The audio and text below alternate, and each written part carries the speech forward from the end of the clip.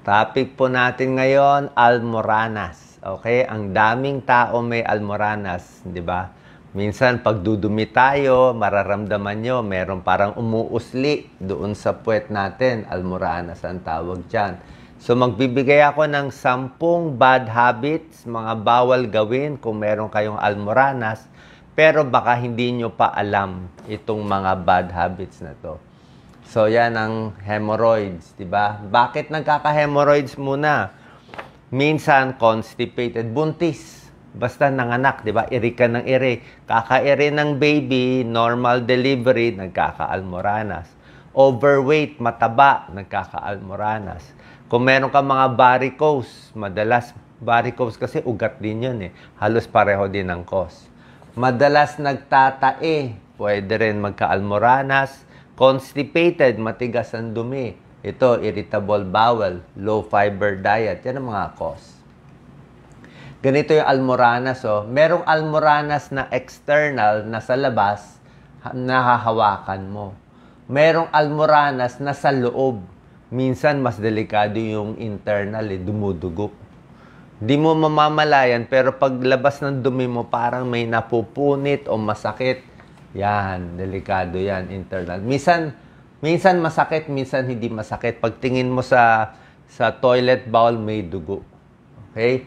Kadalasan, almoranas. Pero syempre, pag matanda na, edad 50 pataas, rule out pa rin natin ang colon cancer. Minsan, mas okay nga yung external hindi na dumudugo Okay? Minsan, tinatanggal, pero kung hindi naman problematic, hindi tinatanggal. Yan, maraming klaseng almoranas. Sa umpisa, ganito pa lang, first degree, nasa loob pa lang, okay pa yan. Second degree, nakalawit na konti. Ayan, no? Third degree, nakalawit na. Nako, paglabas ng dumi, dudugo yan, lalo na kung matigas ang dumi mo. Ayan, no? Matigas ang dumi. Ito, nakalabas na, pwede yan dumugo. So, ano ang 10 bagay na iiwasan natin? Number 1, bawal umiri. Yung matagal na pag-iri. Minsan, pag nasa kubeta, magbabasa pa tayo ng isang nobela, matagal nakaupo, di ba? Mas mataas yung pressure Tapos, pag iniiri mo, yun ang lalo na pag pinupush mo maigi, pwedeng lumabas to. Pwedeng magka-almoranas, palala ng palala. So, straining too much. Number 2, pag constipated ka, okay? Pag matigas ang dumi mo, kulang ka sa fiber, kulang ka sa tubig, hindi ka mahilig sa gulay, ayan, very constipated ka, pwede rin magka-almoranas. Diba? Kunwari, hindi daily ang dumi mo. Number 3, kung mahilig ka sa spicy foods. Sasabihin mo, Doc, bakit bawal yung maanghang? Diba healthy maanghang? Oo, healthy naman maanghang. Pero pag yung sili, manghang, mga spicy masyado, pagkain natin, masakit dito ang spicy, di ba? Spicy challenge. Dito sa, maramdaman mo, mahapdi, di ba? Kailangan mo pa nga uminom ng gatas, Sa tiyan, mahapdi. Ngayon, paglabas ng spicy foods, yung capsaicin na component sa puwet natin, mahapdi pa rin yun. Mararamdaman pa rin. Masakit pa rin siya sa almoranas. Hahapdi pa rin.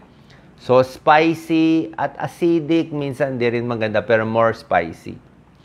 Number 4, ayaw uminom ng tubig. 3 baso lang tubig iniinom. Siyempre, titigas ang dumi mo.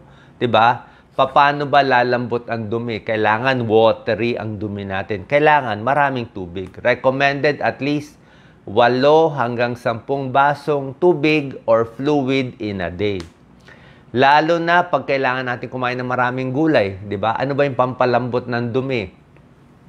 4 na piece. Papaya, pakwan, pears, peras, prune juice, grapes, konting mangga, pwede rin. Nakakalambot yan ng dumi. At sari-saring gulay. Kangkong, spinach, broccoli, ampalaya, lahat yan nakakalambot ng dumi. So, pag high fiber kinakain mo, maraming gulay, kailangan marami ring tubig. Ulitin ko Marami kang gulay kinakain, maraming fiber. Kailangan mo uminom ng kasabay na maraming tubig. Bakit? Pag kinain mo lang puro fiber na gulay, hindi ka uminom ng tubig, yung fiber na yan, ano ba yung mga fibrous? Yung mga okra, yung mga kangkong na yan, may stack up lang yan eh. Magiging isang bolang parang magtitigas lang yan, lalo ka mako-constipate. So, pag marami kang fiber kinakain ng gulay, kailangan marami ding tubig para ma-flush out na maayos sa pagdumi. Parang sa toilet bowl, pasensya na sa example ko, parang sa kubeta. Kung gusto nyo malinis ang kubeta nyo, kailangan flush ka ng flush ng flush. 'Di ba? Flush ka ng flush, kailangan maraming tubig para mabilis matanggal yung mga dumi sa kubeta, yung mga tissue, yung mga dumi. Paano? Kailangan mo water. Okay? More fiber pero more water.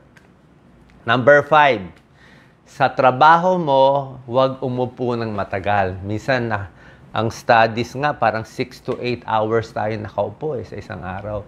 Pag matagal nakaupo, syempre, maraming bad effects. Masama sa varicose, masama sa likod, nakakataba, hihina ang muscle sa tiyan, sa likod. So, every 30 minutes to 1 hour, lakad-lakad.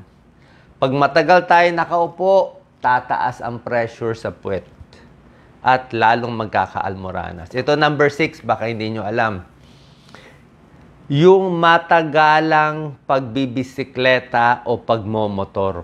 Okay? Hindi ko sinabi wag magbisikleta, wag magmotor. Pero kung meron ka ng almoranas, masakit na talaga, matigas pa yung silya ng bike. 'Di ba? Yung bike matigas. Lalo na pag hindi naman tayo sanay talaga.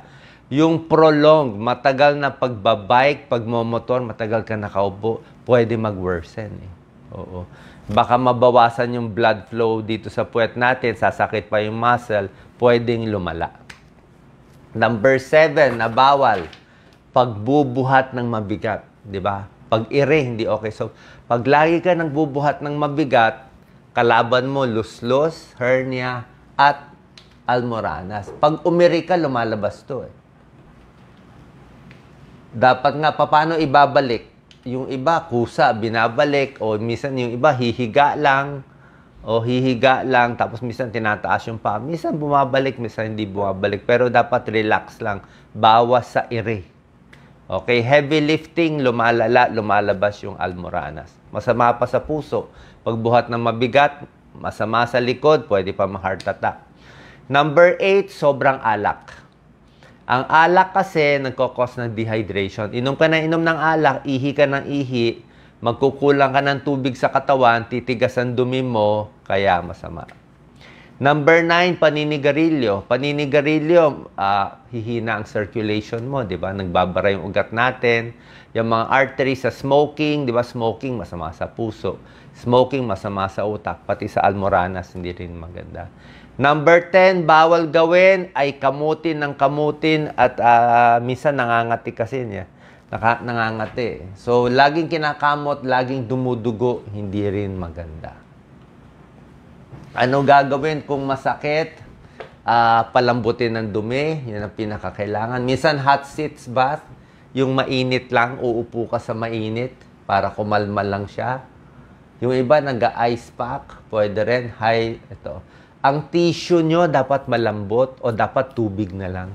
Kasi pag lagi mo tinitissue na matitigas na tissue, masusugat eh. Pag dumudumi, minsan pwede natin gamitan ng KY jelly. Ako minsan nilalagyan ko ng KY jelly. Naglalagay ako ng KY jelly dito, pinapasok ko konti. Kahit papaano makakatulong. Tapos yung pagdumi mo, dahan-dahan lang. Huwag mo biglang iire. Minsan naiinis tayo, iniire natin bigla. Kaya lang, pag binigla mo, lumabas bigla yung matigas na dumi, mapupunit eh. Mapupunit dun sa may, magkakaroon tayo ng anal fissure. Yung puwet mismo, napunit. Bukod sa almoranas, may punit ka pa. Sobrang sakit nun. Sobrang sakit nito. So, bukod dito, may punit pa siya. So, pag anal fissure, pag uupo ka, hindi ka na makaupo sa silyang matigas. Dapat silya nyo pala malambot. Malambot ang silya, kama, malambot. Ito, misa may donut para yung puwet mo nandito sa gitna. Ayan. Exercise, malambot na tissue, maraming tubig. Ayan. Okay. So, final tips, drink plenty of water, magpapayat, laging malinis dapat yung puwet, huwag uupo ng matagal, high fiber diet, iwas alak, iwas sigarilyo, iwas sa mga mamantika din. At ito yung mga high fiber sources na sinasabi ko sa inyo. Ayan, oh, mga gulay na magaganda. Okay, sana po nakatulong tong videos. Pinapakita ko rin mga good foods. Ito mga good foods. Yan, oh. Yan ang mga good. Yan, mga good yan. Gulay. Lahat yan, maayos. Diba? Sari-saring gulay. Pwede yan. Pampalambot ng dumi. Apple, okay din. Banana, pwede na. Oh, prune. Prune juice, mabilis wala tayong prune sa atin eh. Prune juice, 1/4 glass. Tubig. Yan ang mga good for almoranas. Yung mga bad, pakita ko lang yung mga bad, mabilisan lang. Dairy, depende. Yung iba tumitigas sa dairy eh. Ako may lactose intolerance ako pag sa dairy. Ito, nakaka-constipate kung puro kanin lang. Kung puro karne din, nakaka-constipate, oh, processed meat. Oh. Mga prito, makulusat yan, baka magtaik kayo. Salty, mas mamamaga ang katawan. Spicy, yan ang sinasabi ko. Paglabas sa puwet natin, masakit ang spicy. Caffeinated, alcohol. Ano, okay? So, saan po nakatulong itong videos natin para sa mga may almoranas. Pero kung malala na, madalas lumudugo, pa-check tayo sa gastroenterologist or sa surgeon para masigurado. At meron ding mga treatment yung surgeon. Kung talagang malala na siya, merong mga minor operation na ginagawa. Salamat po.